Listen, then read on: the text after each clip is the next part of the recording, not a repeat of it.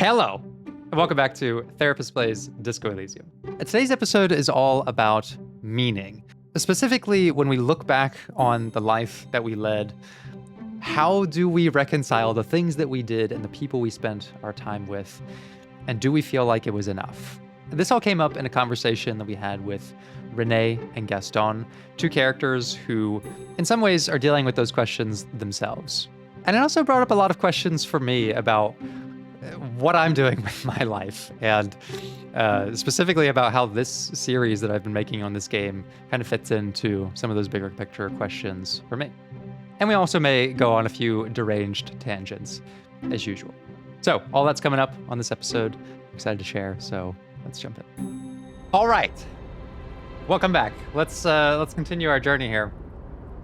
We just got done talking to Mr. Clare, and I think it's just about time to go do some karaoke. It should be late enough, but let's talk to our friend here.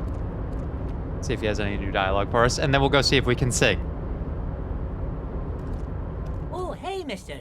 I knew you'd be back to talk with old Leo here. Yes, I did. It's like Lady Larice said when she opened a bathhouse in the basement of my apartment building. They can only get so far before they're aching to get back. And lots of folk really did keep coming back. Okay, Mr. Leo. I get the vibe that he's like, he likes to present as unassuming, but I mean, he's the person right before you meet Everett Clare. Like maybe he's there to, you talk to him.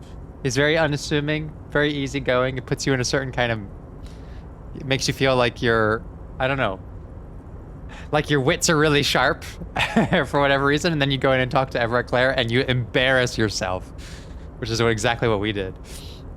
Okay, let's talk to him. Leo, in the future, can we keep this greeting shorter? Sure, mister. Absolutely. I'm always willing to help out nice fellows such as yourself. Okay, let's ask him, see if he doesn't know anything about Ruby. Mr. Everett doesn't really want me to talk to people about union guys. But who did you want to talk about? Okay. Let's ask him about Everett. I'd best not. I mean, I could, but I don't think Mr. Everett would like it very much. You better ask him yourself, mister. If anything, the ever-present smile on Leo's face gets even warmer. Interesting. Okay. Tell me about some of these other people. Mr. Edgar is Mr. Everett's brother. He looks a bit younger, he does, but a very smart fellow. Very smart fellow indeed. He's away on some union business. Not even in Revershaw, they say. All kinds of places he visits. Him and his brother both do when they're on a vacation. Right now, it's Mr. Everett's turn to look after the union. But last year he spent a whole winter in South Africa. Interesting. So, I don't think we've met Edgar. But maybe Everett's not running the whole show. Left with the first autumn rains and didn't come back before the trees were green again. The trade must have been lucrative for the trip to be so long. Tell me about Manana. He's a union man through and through. Good guy. He's very calm, laid back, doesn't do much, talks to Everett sometimes. Honestly, I don't know what he does for us, but it must be important because everybody likes him. Yes, they do.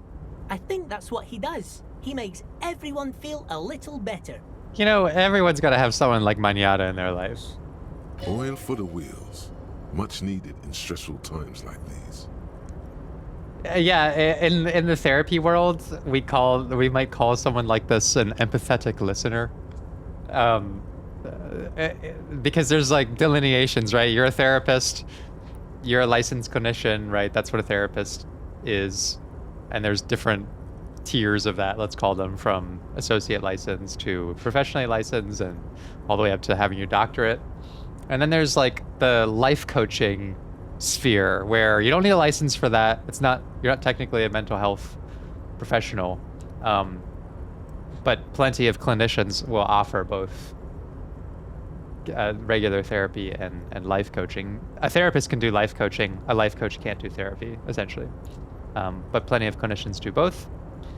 And like life coaches, okay, there's a lot of like scam life coaches out there, sure, as well. But there's probably plenty that are just fine, and maybe have some training in that. And then there's like the empathetic listener, which apparently is like its own job. I've only heard about this, but you're literally you're not doing anything. You're listening with empathy, basically.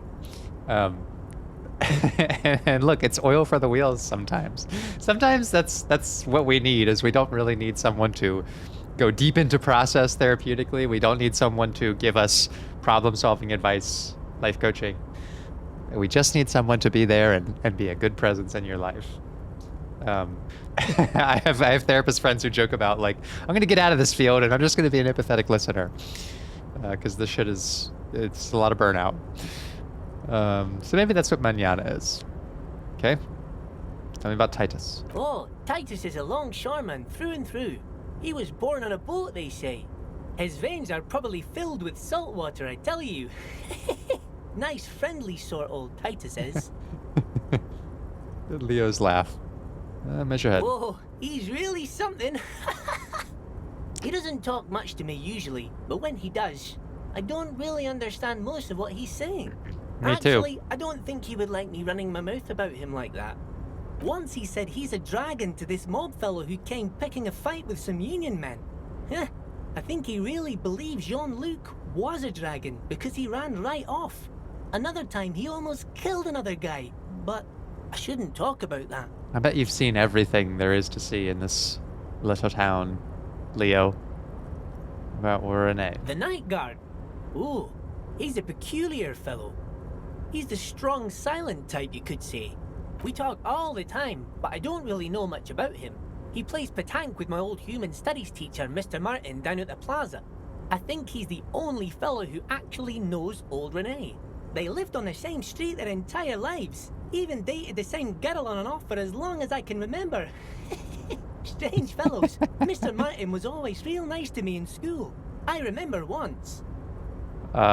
He was your studies teacher? Mr. Martin, yes. Oh, we got some experience with with that. Much about him. I was just a boy back then. Okay, so if nothing else, this is maybe giving us some more dialogue with our friends downstairs. Okay? Sure. All right. Thank you, Leo. You helped us pass the time a little bit. Now let's go see if we can bang out some tunes.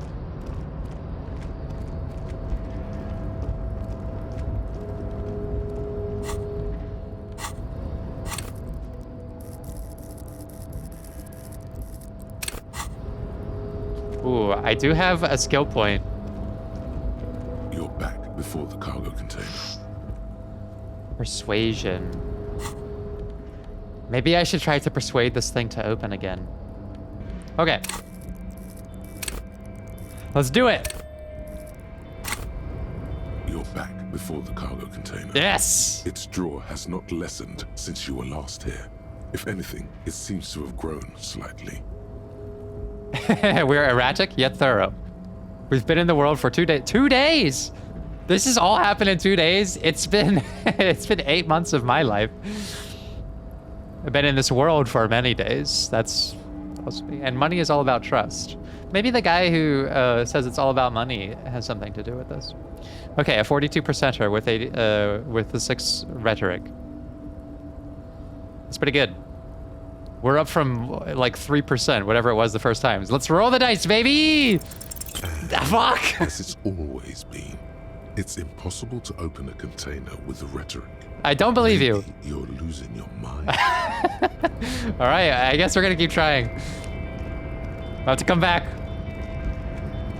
I need to pump another skill into rhetoric.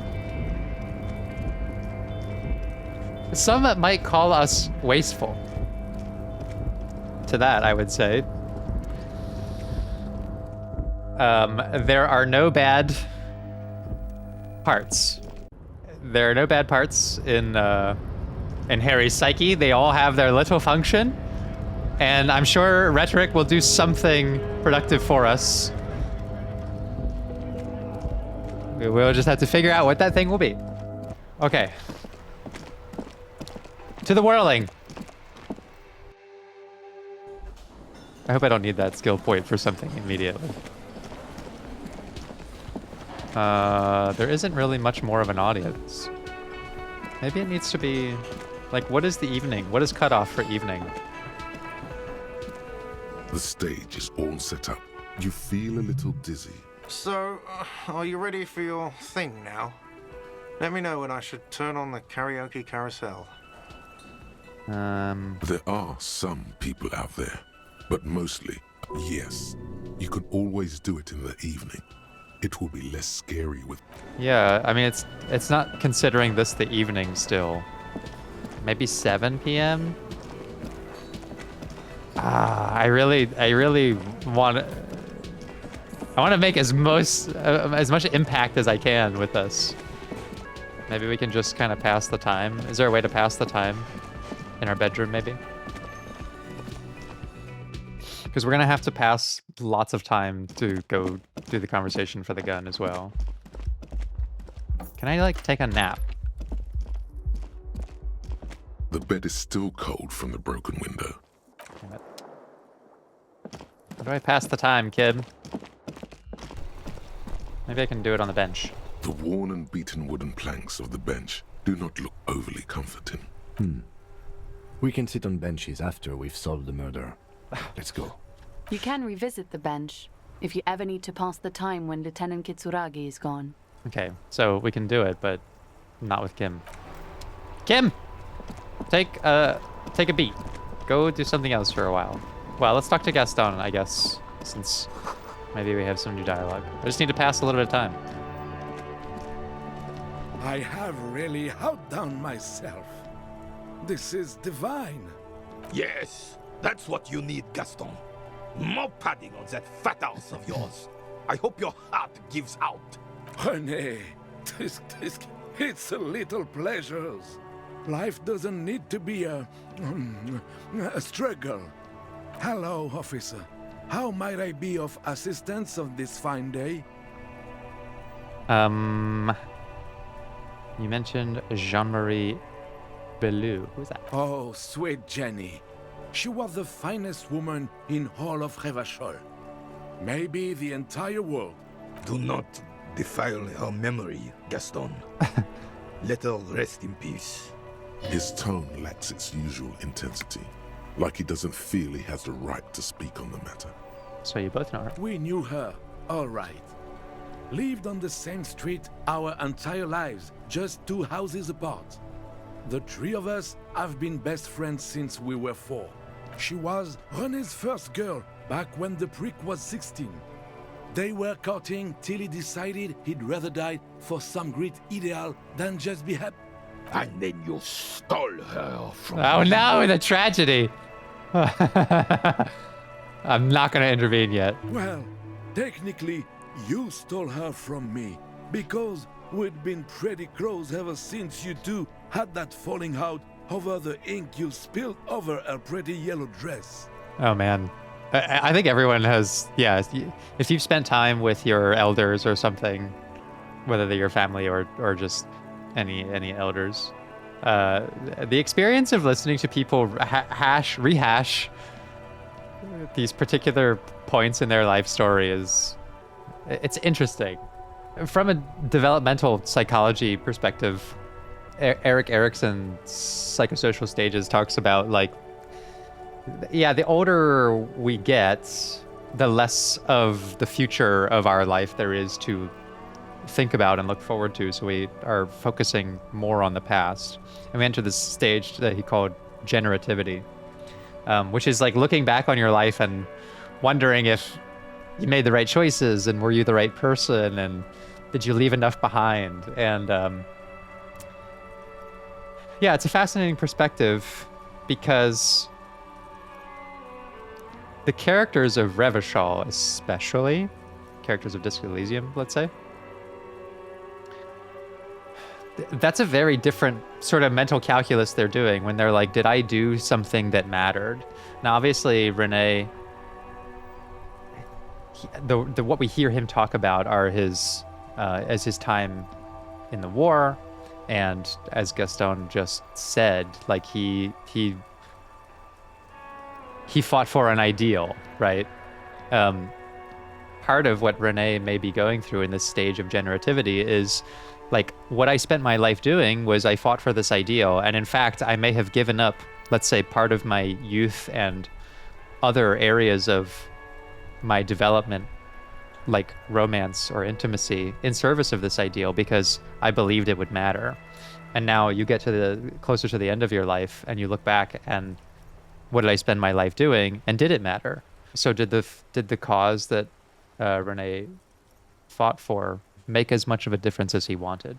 But when you listen to other people talk about the past and rehash these sorts of things, that perspective is saying that, like, that's the sort of evaluation that we're doing about, like, did my life matter? Did I make the right choices?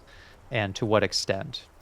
And we can kind of get stuck there. We can stagnate a little bit if we feel like there is a subjectively less value than we wanted, where we might say, yeah, you know, I don't know if that cause I put my life into worked out the way I thought, so maybe it would have been better to, you know, stay with Jeannie.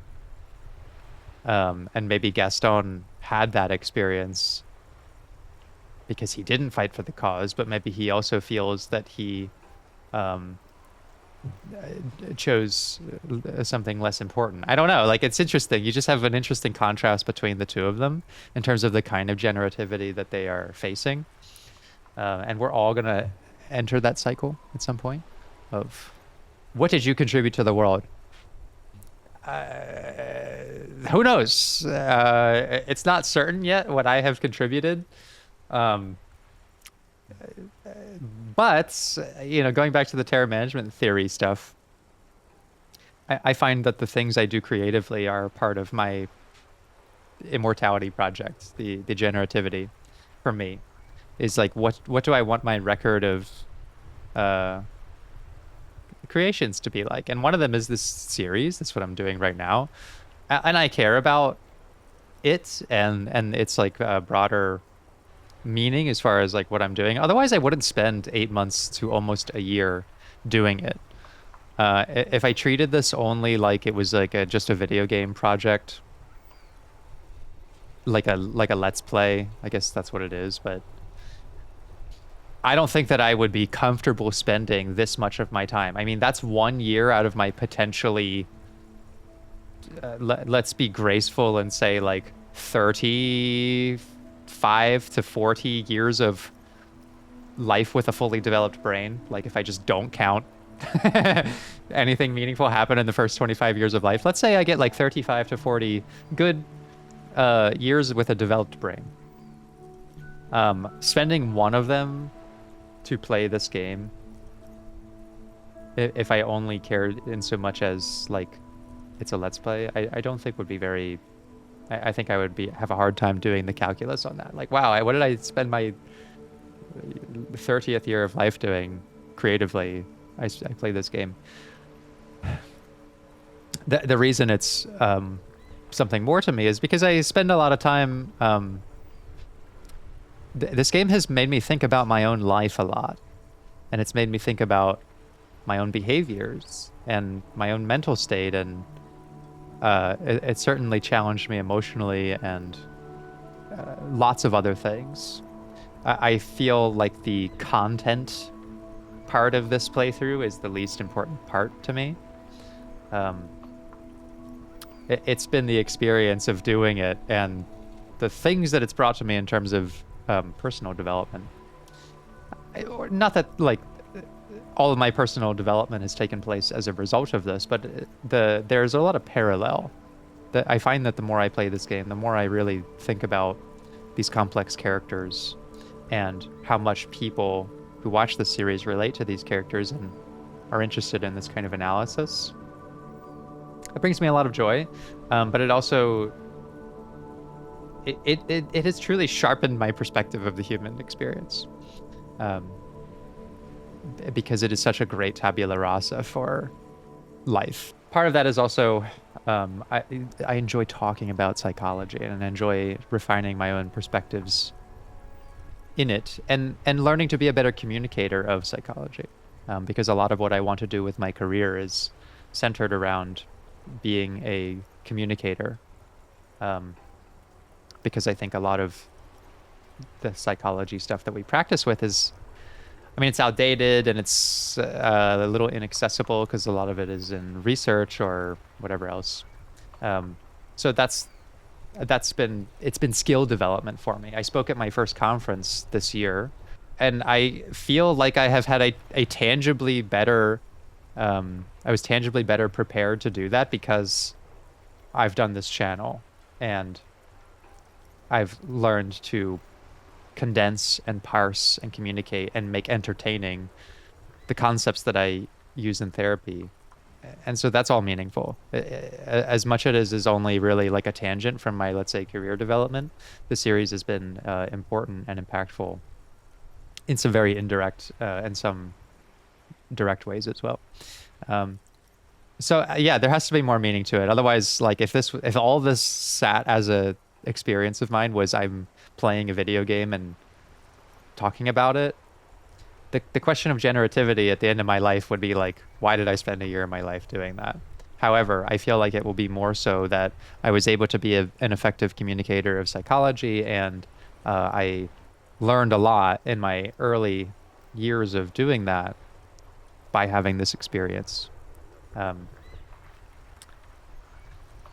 So yeah, generativity. It's a very interesting subject, and I think these two guys are such an interesting pair to let us reflect on that. You can really think about every character this way. Like, what does Everard Clare want to have said he contributed to the world by the time he's done? I mean, he wants to have made Martinez a more lively community, and he wants to be very powerful. What does Kim want? What does Harry want? What do we want to be remembered for? These are all the big questions that we all have to face. So yeah, if you're interested in that, look up generativity. It's a very fascinating concept. One that's supposed to be encouraging when you think about, like, okay, what do I want to be doing in my life for it to have meaning, rather than something that provokes anxiety or existential dread, which it very well could if you get to a certain point in your life and you feel like, oh, I didn't have a family and I now wish I had. I didn't do something meaningful creatively. I didn't contribute to my field. I didn't do all these things. It can be very hard when you hear elders talk about life and they seem hung up on the past because they are missing pieces of who they think they should have been. And then there's the kind of person who's very satisfied with their life, and they like to talk about it because it makes them feel safe in what their experience has been. So yeah, generativity, very interesting. We were just boys then. This was different. You. The tall veteran looks at you and nods. No point starting this all over again.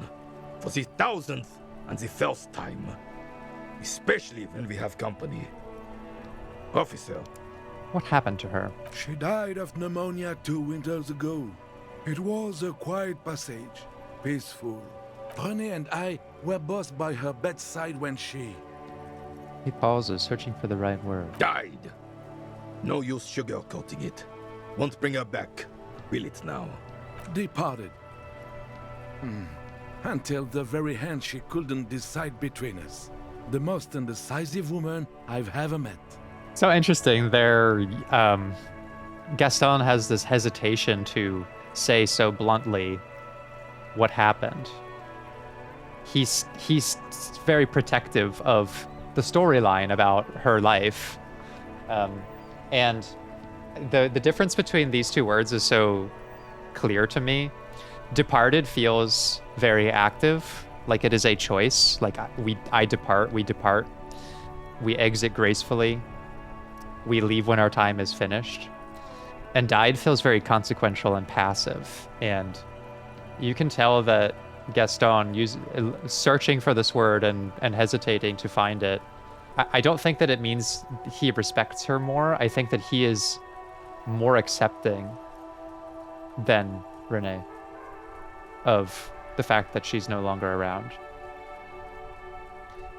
he's more accepting of like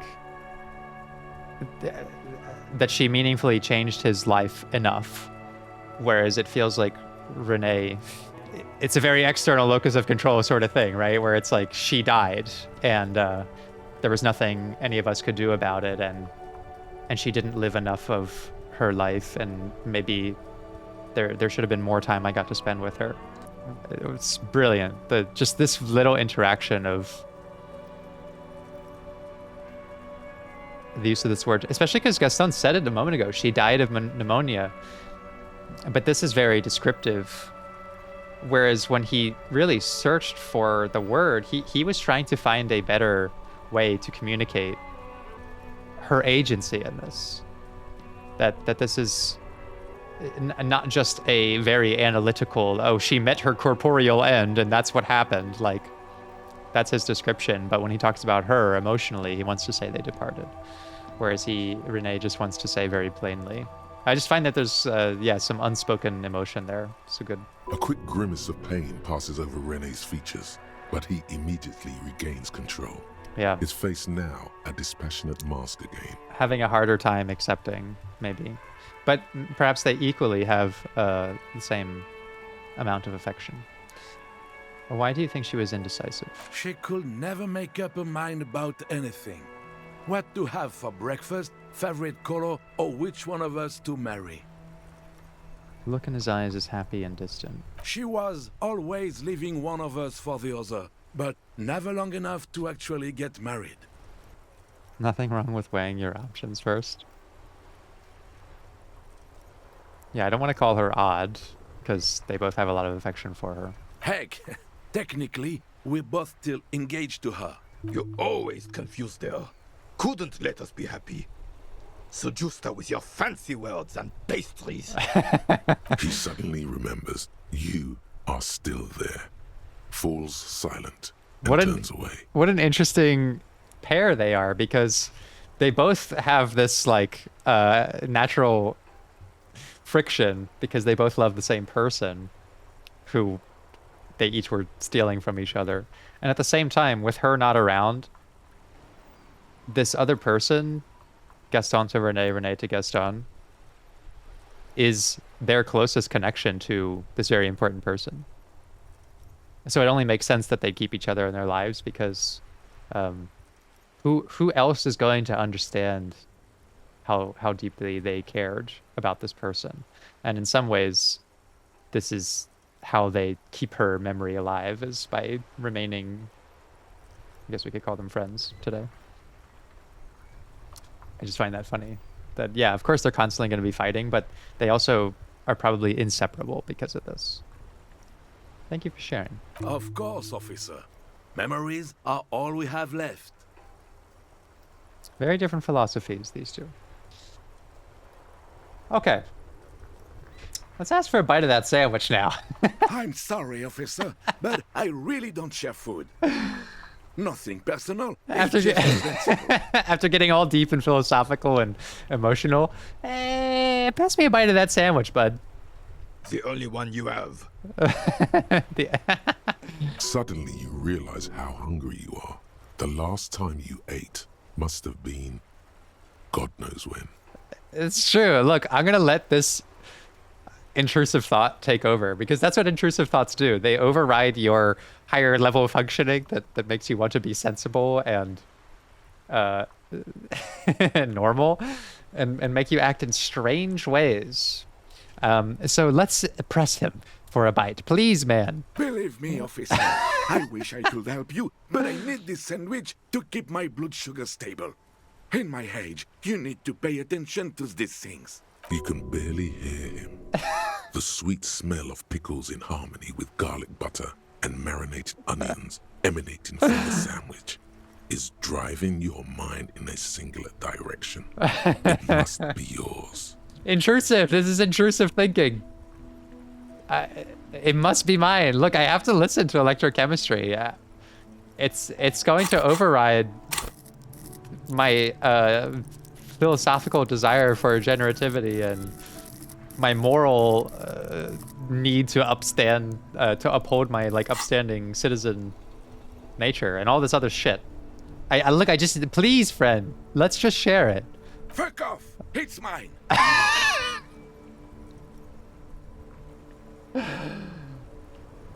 Oh my god, he jerks away, immediately startled by his own reaction. A glimmer of respect flashes in Rene's eyes. Towards Gaston, surely, not to us. Sorry, officer. I'm sorry. I didn't mean it in a bad way.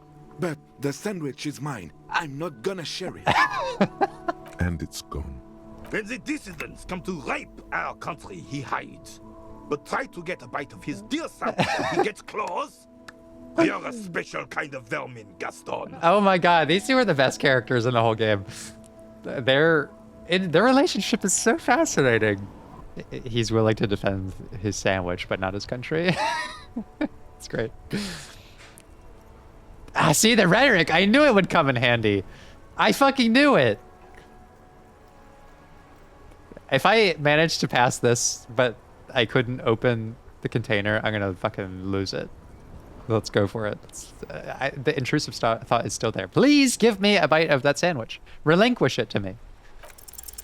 A man so principled about his sandwich calls for a principled approach. Time to get political. What the fuck? What is political? This right here is political.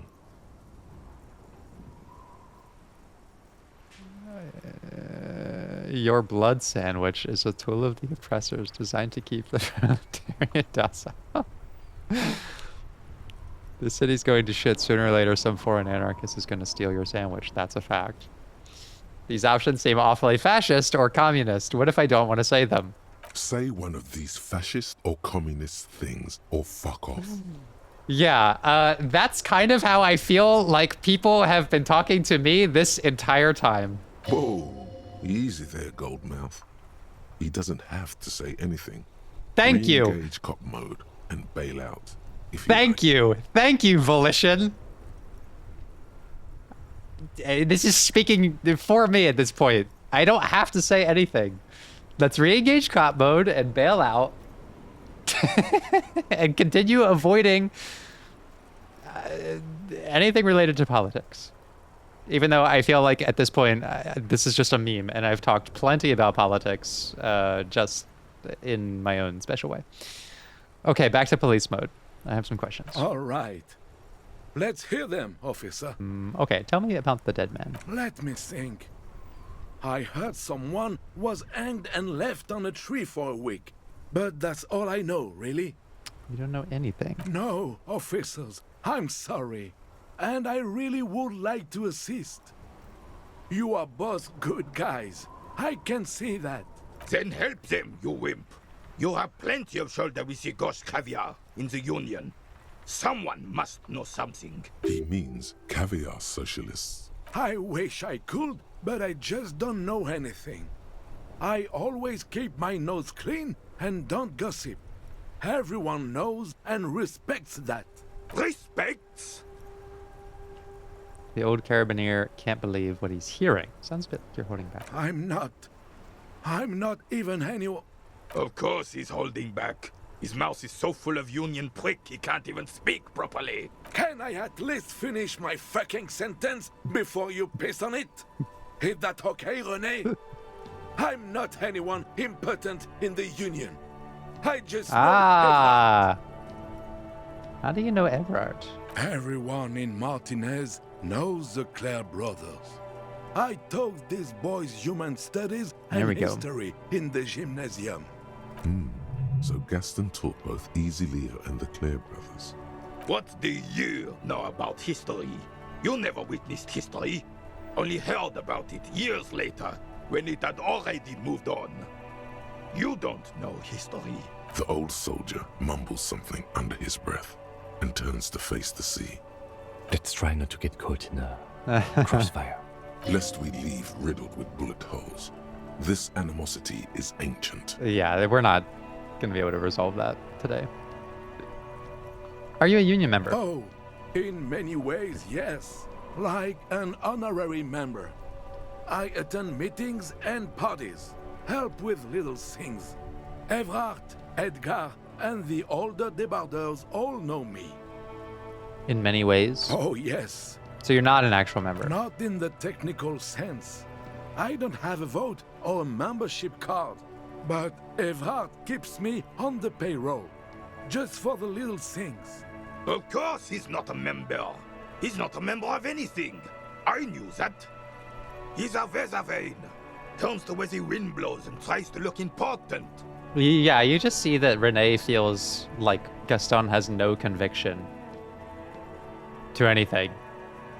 And at the same time, Gaston feels like Renee's convictions limit him from being open-minded. I hate the socialist rabble, but even siding with them is better than living your entire life on the fence, never committing to anything. Pick a damn side already. I don't want to pick a side. What are the little things you do for him? Writing work mostly. Occasionally, he needs something written, and I happen to have a way with words, people say. Oh, nothing official, I assure you. Just essays for the newspapers. About Martinez and how things are and how they could be. Evrard and I have these long talks where... Well, he tells his little pen man exactly what to say. It's commie propaganda, plain and simple. You should be ashamed of yourself. I do little things for Ever too. I feel terrible about it. That's just the way things work around here. No reason to feel bad about it. Are you a caviar socialist? I don't even consider myself a regular socialist. Politics is not really something I involve myself in, officer. That's smart. I keep my nose clean too. Just easier that way. Besides, life isn't as black and white as René's of the world tried to make it seem. It's all shades of gray, really. I can't agree more, really. Look, I'm trolling you guys a little bit now. Mon Dieu.